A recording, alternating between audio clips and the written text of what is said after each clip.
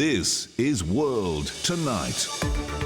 Good evening, I'm Paul Singh. Tonight's top stories. Russian forces have taken control of one of Europe's largest nuclear power plants.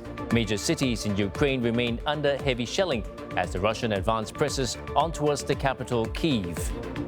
United Nations to set up a probe into alleged human rights abuses in Ukraine, calling for an international response as over 1 million refugees flee the country.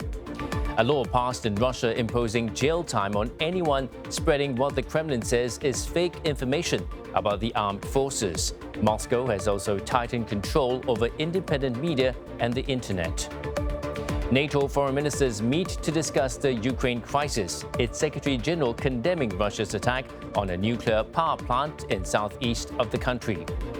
Hong Kong's worsening COVID outbreak impacting the judiciary. Courts to suspend all operations from next Monday for a month and to curb panic buying, the top 2 retail chains ration staples.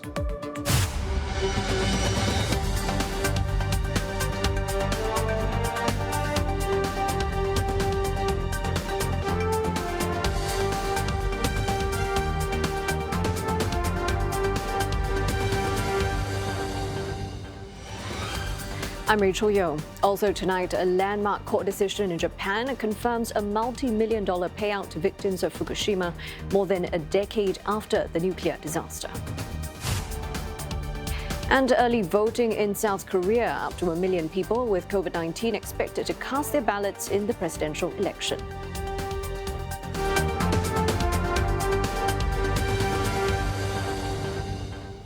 Europe's largest nuclear power plant in Ukraine is now under Russian control after the site was set ablaze during clashes with Ukrainian troops.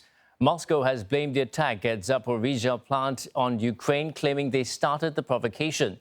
NATO and world powers condemn what they regard as Russia's recklessness in shelling a dangerous site.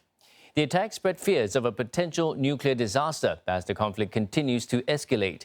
Ukraine's President Volodymyr Zelensky says only a no-fly zone can guarantee that Russia doesn't bomb their nuclear infrastructure. But NATO has rejected the call to implement a no-fly zone over Ukraine. Live to Moscow and western Ukraine in a moment, but first a look at how Russian forces are pressing ahead with their offensive.